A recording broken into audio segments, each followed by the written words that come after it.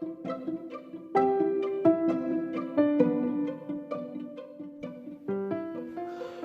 ora whānau, and welcome to another episode of Get a Job and Get Healthy with Costas Enterprises. I am your host, Alex Costas.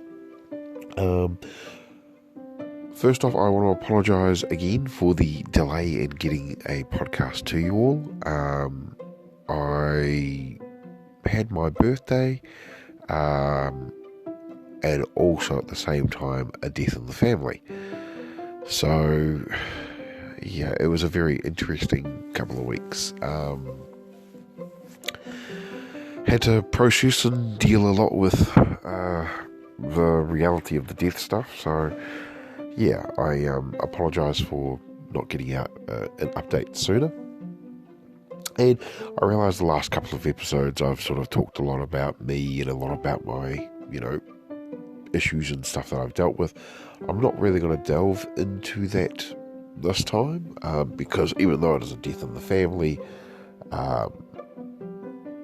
there's a lot of emotion attached to it, which I still need to process and continue to process.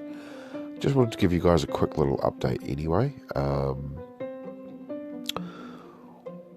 The positives that have happened.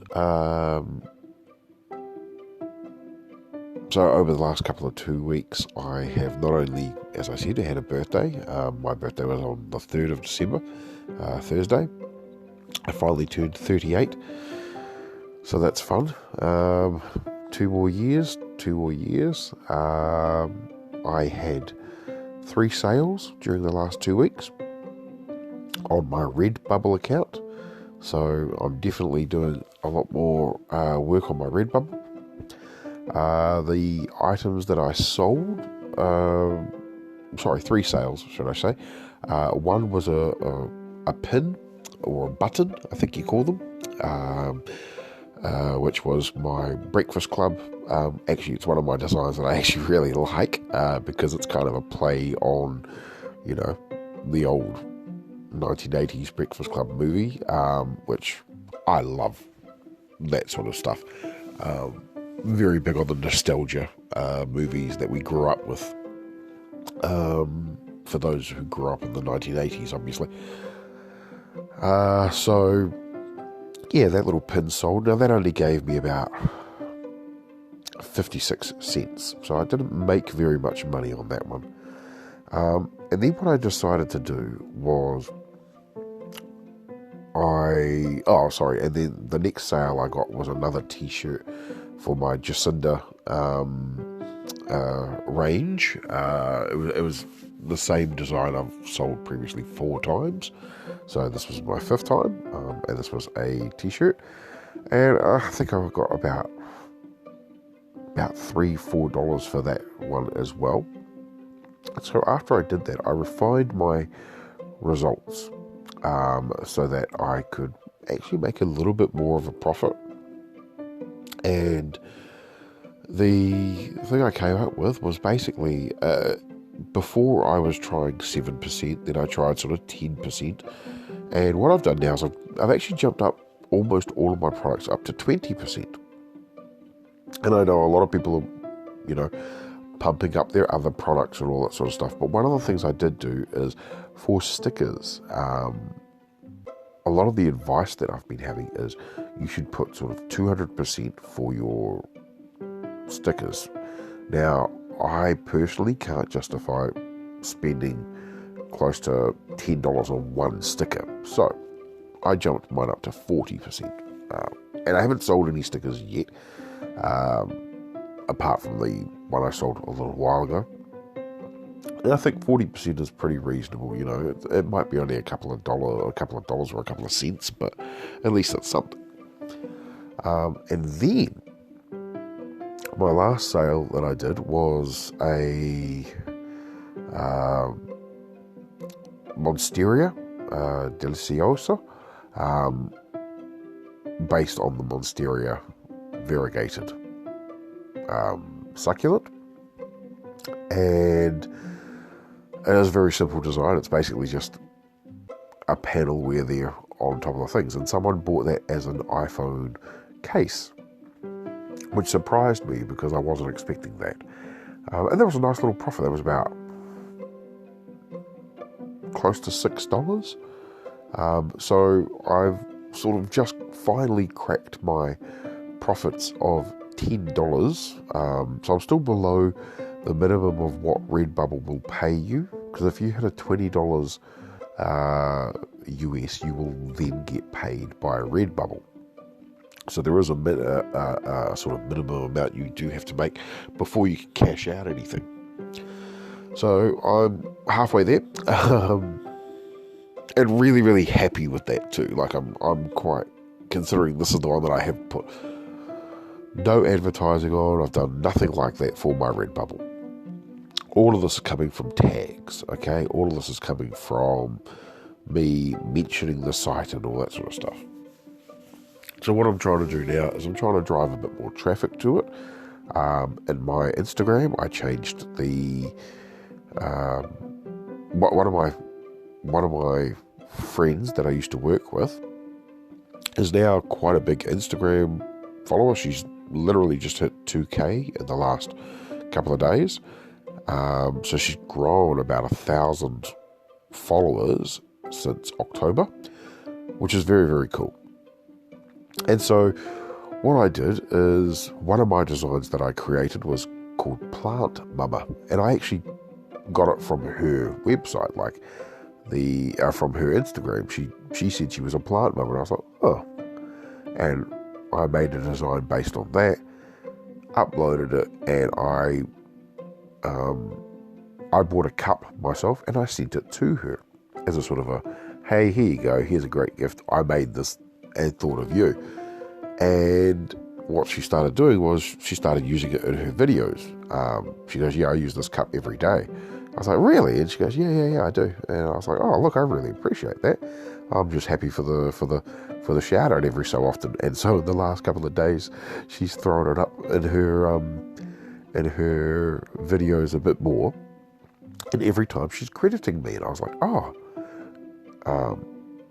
I should really change my Instagram website to the Redbubble website, because the Redbubble website is where I want people to go to, find more of my designs. And what I am planning on doing is I will probably order some designs from my Redbubble, which she sort of wants people to have, on products that she thinks would be good.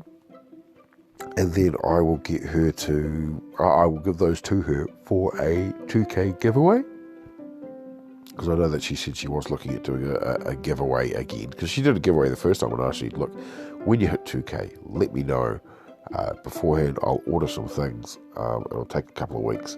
And then you can sell those. Well, not sell those, but sorry, you can give those away.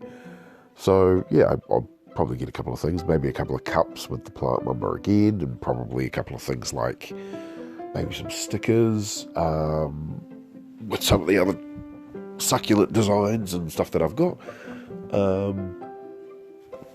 And yeah, so it's just little things like that which are making me think I'm doing a better job now. And of course I'm also following the people on YouTube. Now, for people that don't know, with the print-on-demand people that you should be following on YouTube, that really do help. One is Ryan Hogue. He is the number one. He mostly does stuff in merch on Amazon, but he's starting to venture out a lot more into, he's starting to talk a little bit more on Redbubble. There are other people that are doing stuff exclusively on Redbubble. Another person that's really good to follow is Shimmy Morris. Now, the reason I say Shimmy Morris is simply because he is really down to talking with his followers on YouTube. And so just recently he had a competition which I entered, and it was a design competition where you could actually win a subscription to Placeit.net for life. Now, I've previously talked about the ease of Placeit, and the fact that it wasn't like, win it for a year, it was win it for a life. So I thought, yeah, you know what, I'll throw my hat in there. The only condition was it had to be animals. Now, the design that won was quite good. I actually thought the number 2 design was better myself, but they were good designs, and I didn't make it. But for a very split second, I saw my design out there on the open in YouTube, which was quite cool. So I geeked out a little bit like that. And if you can follow my Facebook page, you can find the actual video and all that sort of stuff as well. But I left a comment on there saying, hey, look, really, really enjoyed the video. You should do more of this. You should also release the raw video so that people that did upload the designs can hear what you guys are talking about so we can learn better. And I wasn't expecting anything of it. I was just expecting maybe a like or something. But he replied and he goes, yeah, no, I didn't even think about supplying the raw video because it's quite long. But yeah, no, that sounds like a really good idea. We might look at that. And I said, and it was just nice for him to come back to me and to respond. Now, Ryan does respond to his followers on his Facebook as well, but I think he's very selective in what he does because he's doing all the other stuff that he does. Because you don't really get a lot of comments from him. You get a couple, and some of them are just things like, links to his other videos. And he's done a lot of videos on this stuff, so he is pretty knowledgeable about the print-on-demand service. I've also previously, so some of my designs are called sunset designs. And the reason I got those designs was because I actually won one of Ryan's competitions, which Ryan does a weekly print-on-demand sort of competition where he gives away usually something to American sunsets or American designs or somewhere, and then there's all sunsets. But he also gives away things to like Merch Informer, and all of these websites are either places that you can use for uploading multiple designs to multiple platforms, or using the analytic tools that he uses for his top 5 niches of the week, which if you are in print on demand, you should really be watching the top 5 designs so that you can get in on them. I have also tried my best to start tagging my older designs that I didn't really use. I've got tags on all of my designs, but there is a free Redbubble tag tool on, I think it's Merch Informer. I'm not sure. Pretty sure it's Merch Informer. Ryan does talk about it in his videos, and this thing is fantastic because I think the reason why I've started to get a lot more traffic to my site and views on my Redbubble store are because people are actually finding them under the tags that this Redbubble tag generator is doing, because it's not just generating like spam tags. I mean, it does, but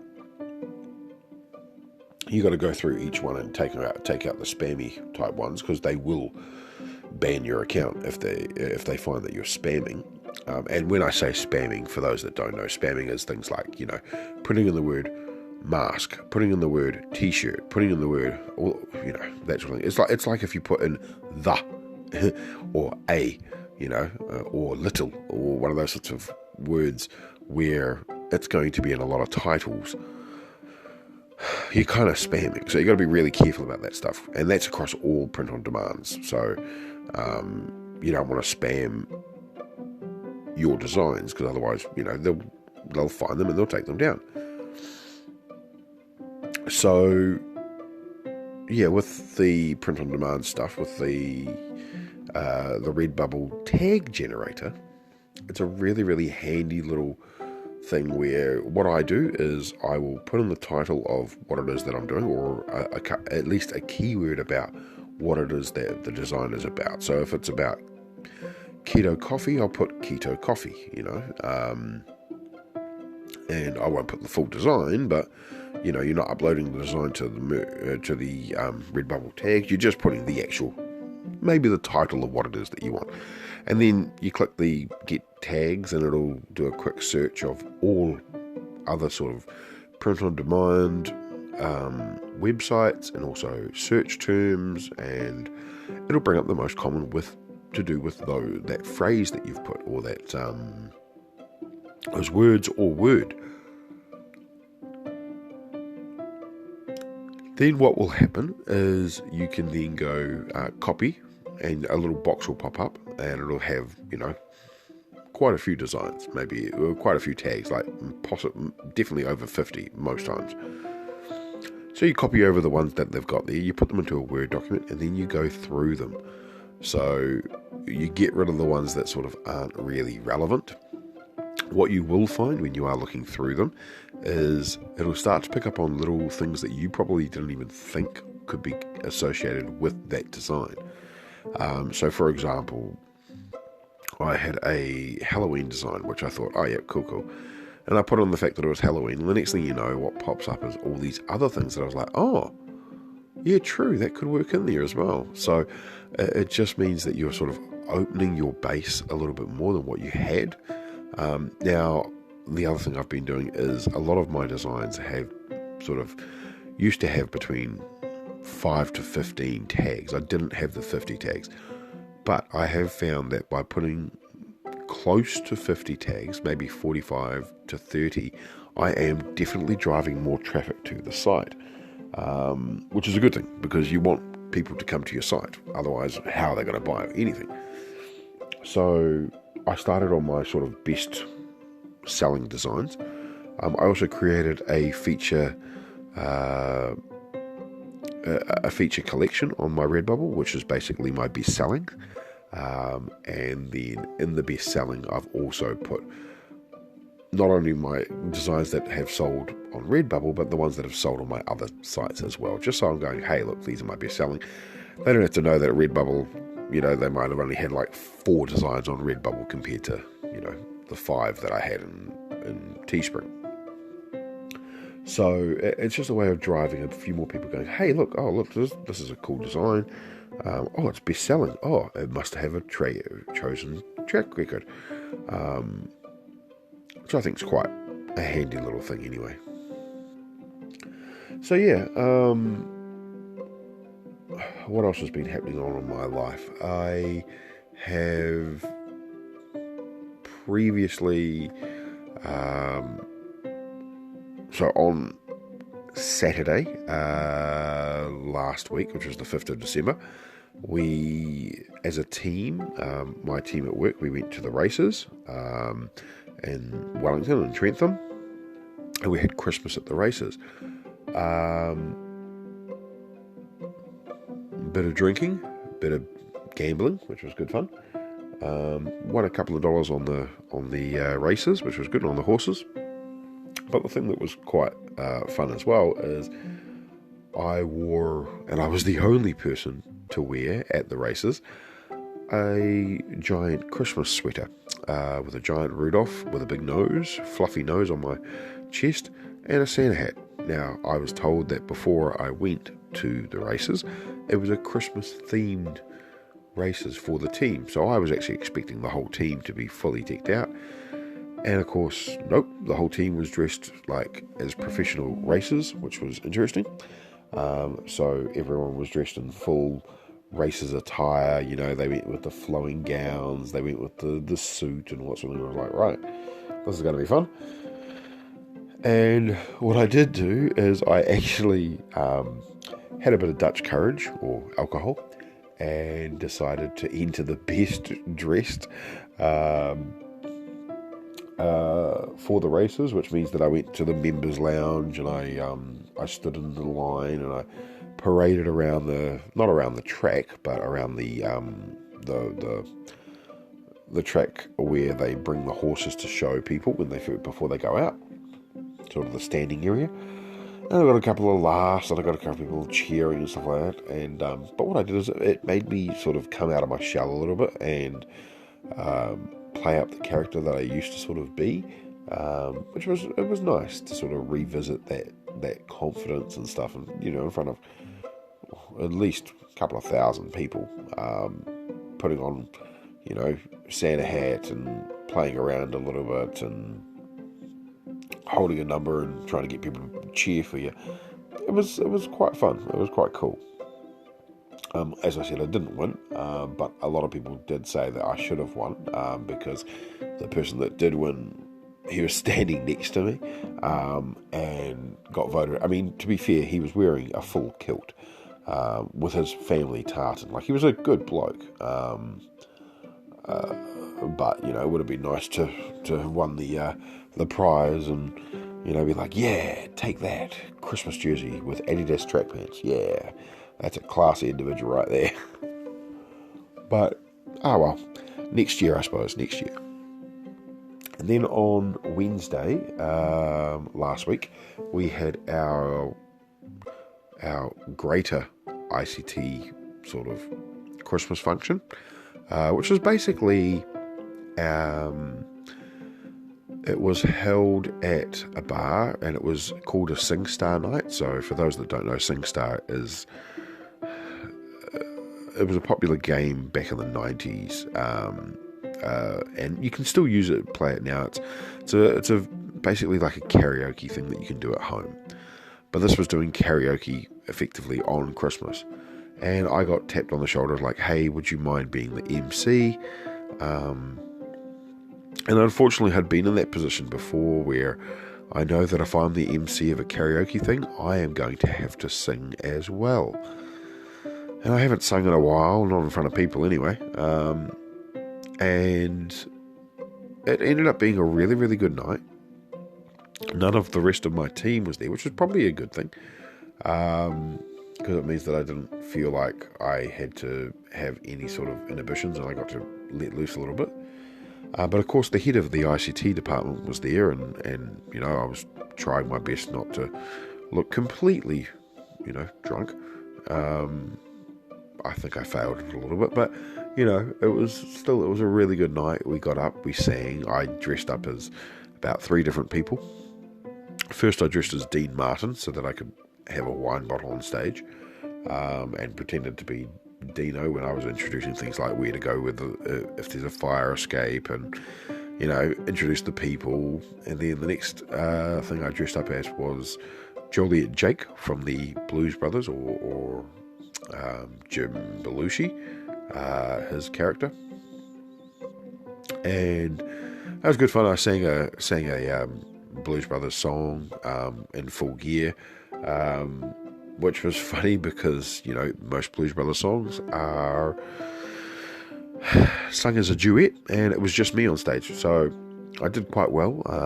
I did the song Everybody, including the Dan Aykroyd sort of, well, I don't know if you'd call it a rap, but it was kind of like a rap.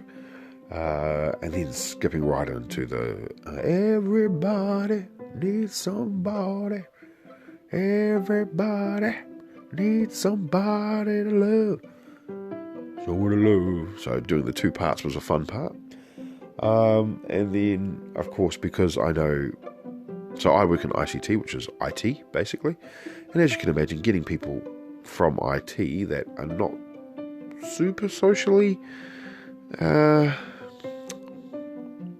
accepted, to then get up and sing means that I'm going to have to sing with them to give them a bit more confidence. And so at least that went well, and I think we did quite a bit there. And yeah, that was really, really good fun. And after the whole, dealing with the death of my auntie, and then also finding out that my uncle had passed away 2 years ago, and we never got told by the family. Yeah, it was a very heavy week, and I definitely felt like I needed a drink, let's put it that way. So what is coming up on the horizon for me, I will still try and do another podcast on Thursday. This is just basically a, hey guys, this is what's been happening, sorry. And I am sorry, because, I do want to keep try to get back to doing weekly podcasts for you. and for me, really, I enjoy it. And so, yeah, I will try to get back to you on Thursday. I do have a appointment at the hospital, just about my torn rotator cuff. So I will try to do it in between that time. Until then, though, have a great day and a great time. Hope everyone is doing really well. And yeah, start getting into the Christmas spirit if you haven't already. It is always good fun. I do know that it will be very busy over the next couple of weeks for people. You're either winding down, finishing work, getting ready to go to Christmas parties, or if you're not doing Christmas parties, then you're doing things like Secret Santa, and sometimes it can be a bit hard to find gifts and all that sort of fun stuff, but you know what? Think with your mind's eye and just go, what is the person going to want? Or if you're buying for a generic person, you can't go wrong with things like chocolates, or, you know, if you're around a whole lot of drinkers, get them a drink voucher or something like that. Or a bar tab at the place where they're going. That'd be a nice little gift. They'd be like, oh yeah, here you go, here's a $50 bar tab. What the hell? You know, you spent so much. Oh, it's amazing what $10 or $20 can do. But until next week, well, until later this week, hopefully, have a great day. Love you all. Thank you so much for listening. And be safe. I know it's going to be very hard at the moment, but even though Christmas is a time for everyone being together and being around lots of people at times, try to be safe, people. Love you guys. Have a great day.